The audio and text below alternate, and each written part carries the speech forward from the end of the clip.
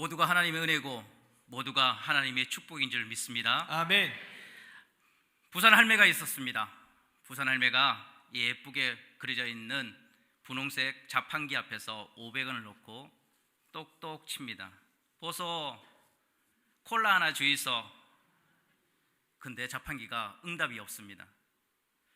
다시 좀 더 크게 칩니다. 보소 콜라 하나 달라 안 하는겨. 그래도 응답이 없습니다. 낭패입니다. 이 500원을 먹었나 라는 생각을 하고 있는데 저 멀리서 거제 할매가 치면서 부산 할매한테 가까이 옵니다. 이보여, 안에 있는 아가씨가 얼마나 민망하겠는겨. 콜라 말고 사이다 달라왔어. 우리는 무엇이 잘못인지 알고 있습니다. 이제는 돈을 내고 사람들과 함께 대면하지 않는 것이 익숙한 지금의 모습입니다. 우리는 변화를 바라보고 있습니다. 생명성 동천교회가 지금껏 하나님의 은혜와 말씀 가운데 변화의 중심에 있는 줄 믿습니다. 아멘. 우리의 뜻과 말씀이 하나님께서 함께 하시고 하나님의 능력이 우리를 통하여 드러날 줄 믿습니다. 아멘. 변화는 지금 일어나는 것이고 또한 그 가운데 우리 생명성 동천교회 성도님들이 그 주인공 되셔서 말씀 가운데 함께 할 줄 믿습니다. 아멘. 본문의 말씀엔 변화를 일으키시고 또한 변화를 바라보는 자 2명이 나옵니다. 그렇다면 변화가 무엇일까요? 또 하나님께서 원하시는 변화가 어떤 변화일까요? 그것은 바로 재성에서 벗어난 하나님의 부르심입니다. 그 재성에서 벗어난 부르심으로 끝나는 것이 아니라 나를 세우시고 나와 함께 하시는 그 하나님 가운데 내가 작은 것부터 하나하나 실천할 것이라는 믿음의 고백이 있는 자가 바로 변화를 꿈꾸는 자입니다. 아멘. 그 변화가 우리를 통하여 드러날 것이고 우리를 통하여 세워줄 줄 믿습니다. 아멘. 오늘 본문의 말씀은 그리 시냇가에서 놀라운 기적을 체험했던 엘리야와 그리고 변화를 경험하지 못했지만 변화가 일어날 것이라는 믿음의 고백으로 자신의 모든 것을 드렸던 사라밧 과부의 이야기입니다.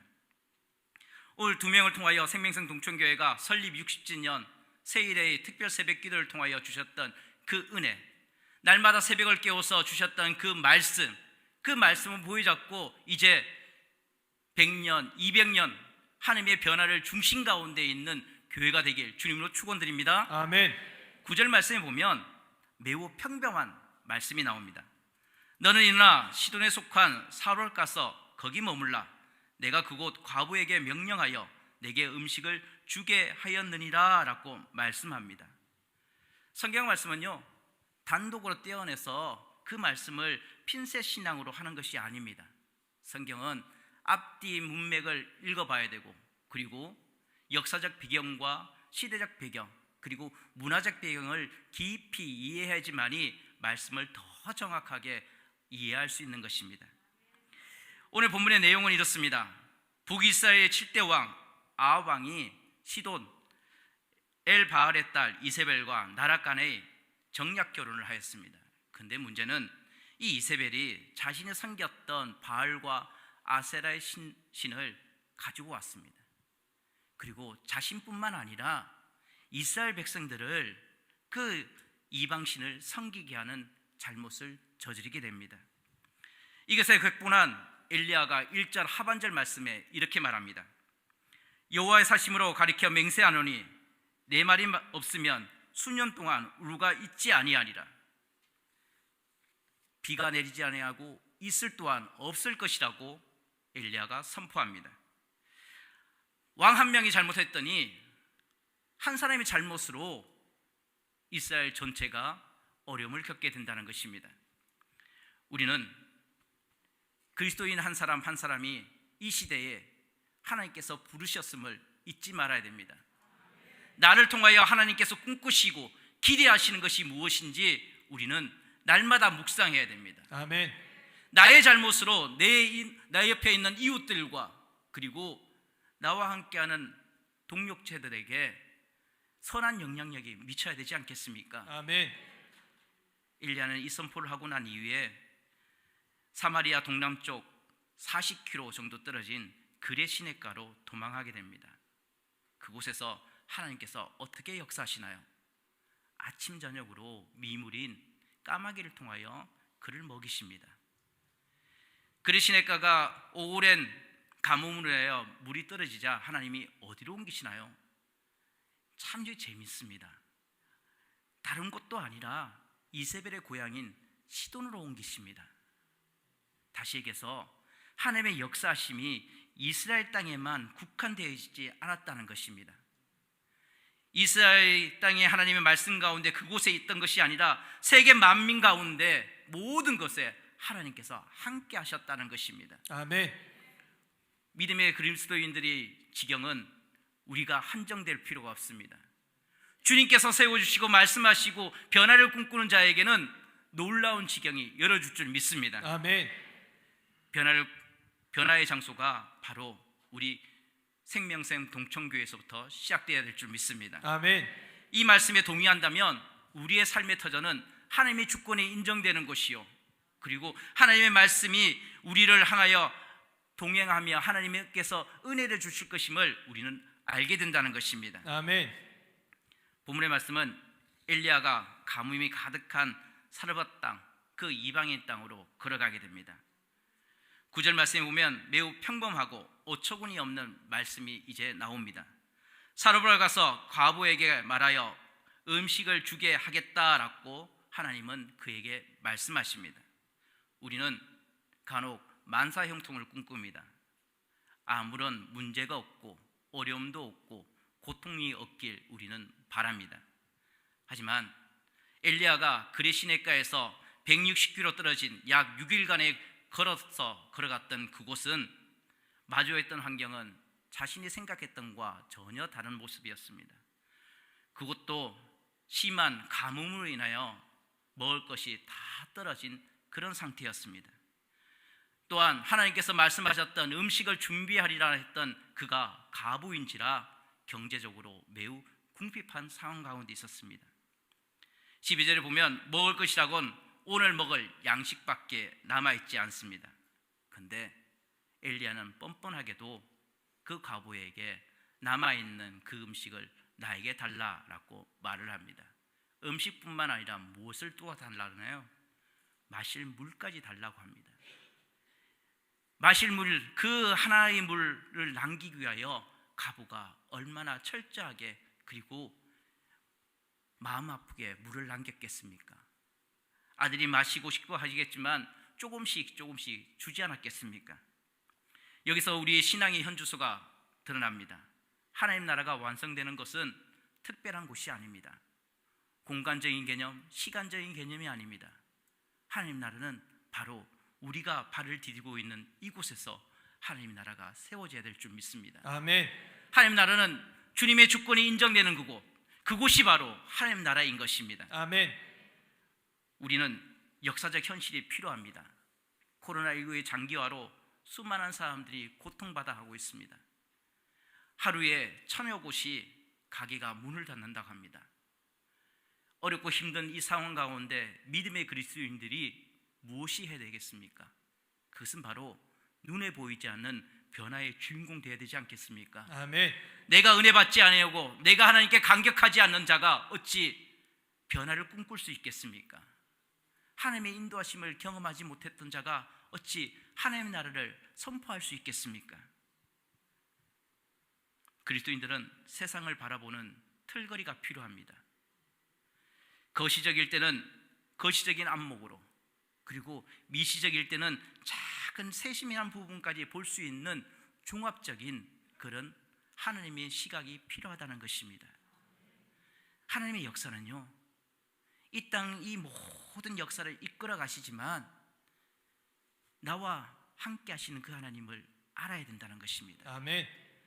이 땅의 주인공, 그 주인공은 어느 누구가 아니라 바로 하나님이시요, 하나님과 함께하는 믿음의 그리스도인들이 바로 이 역사의 주인공인 것입니다. 아멘.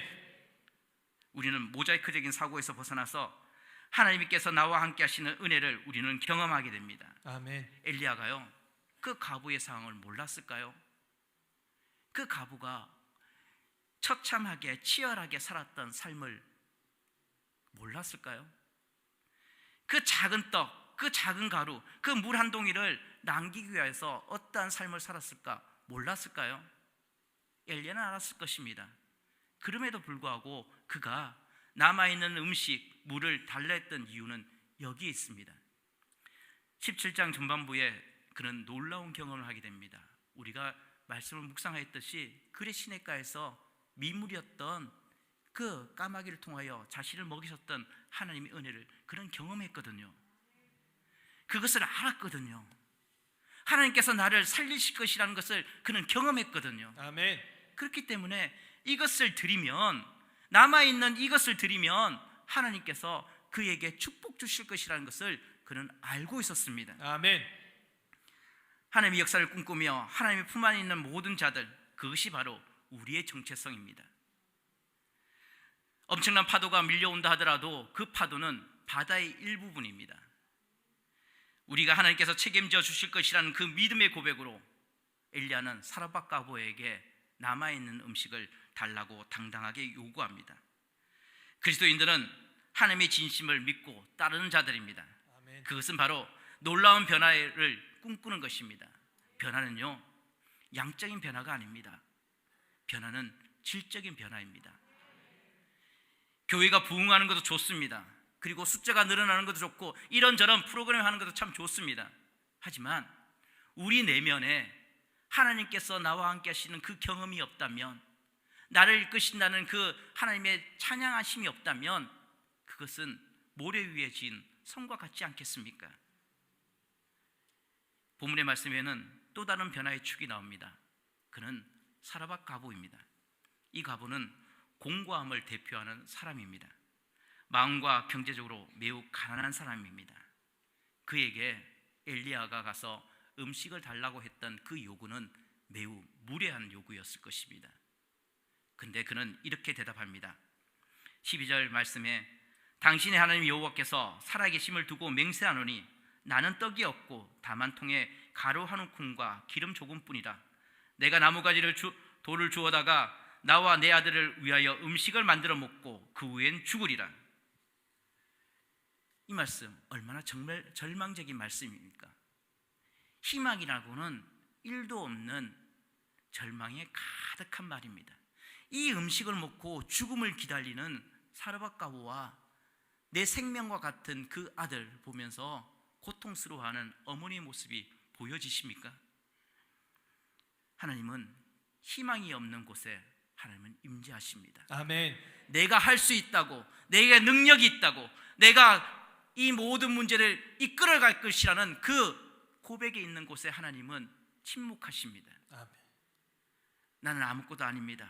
주님, 희망도 없고 그리고 나에게 소망도 없으니 하나님께서 나를 이끌어 가져 주시옵소서. 하나님께서 나를 세워줄 줄 믿습니다. 아멘. 하나님께서 나를 높은 자리 가운데 나와 함께 하시는 그 하나님을 내가 찬양합니다. 아멘. 라는 믿음의 고백이 있다면 주님은 우리에게 희망과 꿈을 선물로 주실 줄 믿습니다. 아멘.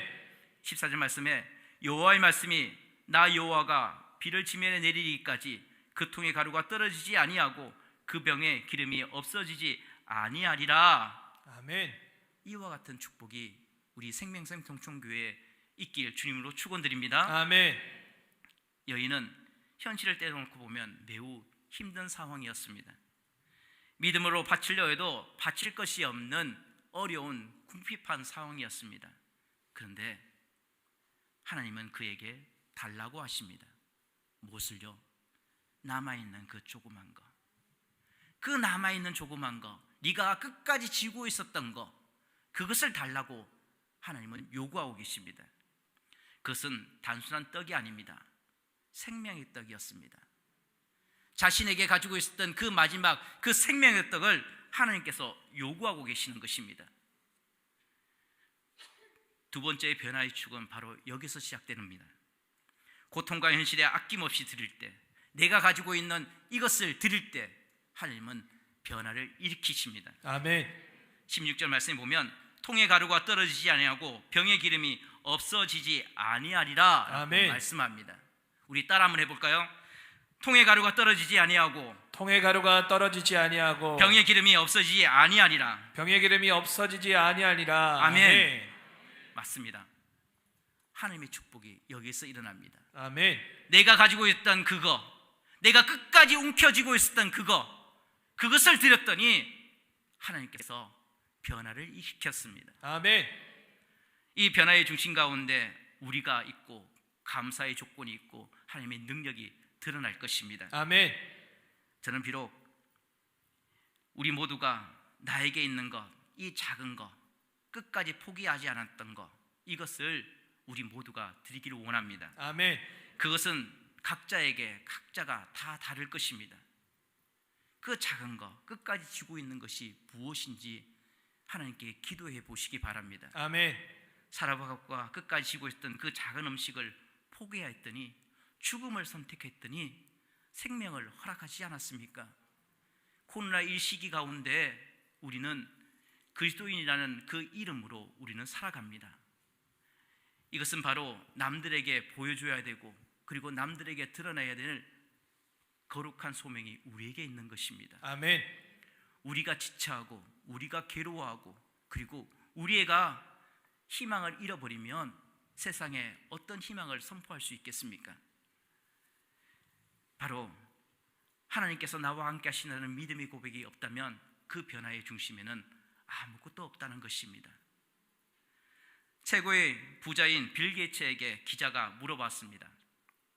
당신은 어떻게 그렇게 큰 부자가 되었습니까? 당신의 두뇌는 뛰어납니까? 아니면 명석한가요? 라고 물어보자 빌 게이츠는 예상치 못한 대답을 하게 됩니다. 저는 유별나게 머리가 똑똑하지도 않습니다. 특별히 남들보다 지혜도 많지 않습니다. 하지만 저는 한 가지가 있습니다. 저는 끊임없이 변화하려고 하고 또한 그 변화를 생각으로 옮기고 그리고 그 생각을 행동으로 이룹니다. 맞습니다. 변화는요 생각하는 것으로 끝나서는 아니 됩니다. 여러분의 삶의 자리 가운데서 작은 것 하나하나 실천하시기 바랍니다. 아멘. 그 실천이 작아 보이더라도 하나님의 나라가 그곳에 세워질 것이고 변화의 중심 가운데 있을 줄 믿습니다. 아멘. 우리의 신앙의 고백은 바로 저 먼 그리고 저 멀리 있는 곳에서 이루어지는 것이 아니라 우리의 신앙 고백은 여러분들의 삶의 터전에서 이루어져야 됩니다. 아멘. 우리가 숨쉬고 역사하시는 곳에 우리의 신앙이 구체화되지 아니하면 우리의 신앙은 공허하고 무의미할 것입니다. 여러분의 삶의 현장 가운데 말씀의 변화의 중심이 오늘이 되시기 바랍니다. 아멘. 그리고 예배를 끝나고 난 이후에 성전문을 나가서 여러분들의 가정과 삶의 터전과 사업장과 직장에서 이 변화의 중심의 주인공으로 살아가시길 바랍니다. 아멘. 그 주인공으로 살아가실 때 성령 하나님께서 여러분들에게 지혜를 주실 것이고 명철함을 주실 것이고 아멘. 문제에서 우겨싸임을 당한다 하더라도 그 모든 문제를 실타래를 풀 수 있는 지혜로움을 여러분들에게 허락하실 것입니다. 아멘. 이 변화의 중심의 기회를 삼고 있는 생명성 동천교회와 그리고 성도님 한 분 한 분에게 오늘의 본문의 말씀이 변화의 축이 여러분이 되시고 교회가 되길 주님으로 축원드립니다. 아멘. 기도하겠습니다. 사랑과 은혜가 충만하신 하나님 아버지, 우리의 인도자가 되시고 하나님께서 변화의 중심 가운데 변화를 꿈꾸며 바라볼 수 있는 행함이 있는 자가 되게 하시니 참으로 감사합니다. 아멘. 부족한 종을 거룩한 성전 생명상 동천교회에 보내주시고 말씀을 통하여 믿음의 사람들과 함께 예비하며 말씀을 나누게 하심이 참으로 감사합니다. 아멘. 주님, 지금의 상황은 참으로 녹록지 않습니다. 참으로 엄중한 시기입니다. 한국교회뿐만 아니라 설립 60주년을 맞이하여 생명상 동천교회가 참으로 좋은 시간을 보내게 하시니 감사합니다. 아멘. 이 모든 것이 하나님의 축복이요 감사임을 잊지 않게 하여 주시옵소서. 아멘. 주님께서 계획하시고 이루고자 하시는 그 하나님의 나라의 변화의 중심에 교회가 있게 하시고 귀한 하나님의 도구의 성도들이 하나님의 도구가 되게 하여 주시옵소서. 아멘. 믿음으로 고백하며 나가는 걸음걸음마다 주님께서 지켜주시옵시고 이끌어 주시옵소서. 아멘. 하나님의 손길을 경험하게 하시고 오늘도 하나님의 변화의 중심에 세워지는 복된 하루가 되게 하여 주옵소서. 아멘. 그것을 하나님의 믿음의 눈으로 보게 하시고 지금도 살아계시고 변화를 일으키시는 우리 주 예수 그리스도의 이름으로 기도하옵나이다. 아멘. 이제는 우리의 생명이 되시고 오늘도 찾아오셔서 만나주시는 주 예수 그리스도의 무한하신 은혜와 독생자를 보내주셔서 환난과 근심을 건져주시는 성부 하나님의 사랑하심과 우리가 영원토록 동행하시고 함께 하실 것이고 도와주실 것이라는 성령 하나님의 교통하심이 우리들의 삶의 자리에서 하나님을 바라보고 꿈꾸시는 변화의 현장을 바라보고 소망하는 믿음의 생명의 동총교회와 믿음의 성도들과 그의 가정과 주님의 교회와 일터와 삶의 자리 가운데 이제부터 영원토록 함께하길 간절히 축원하옵나이다.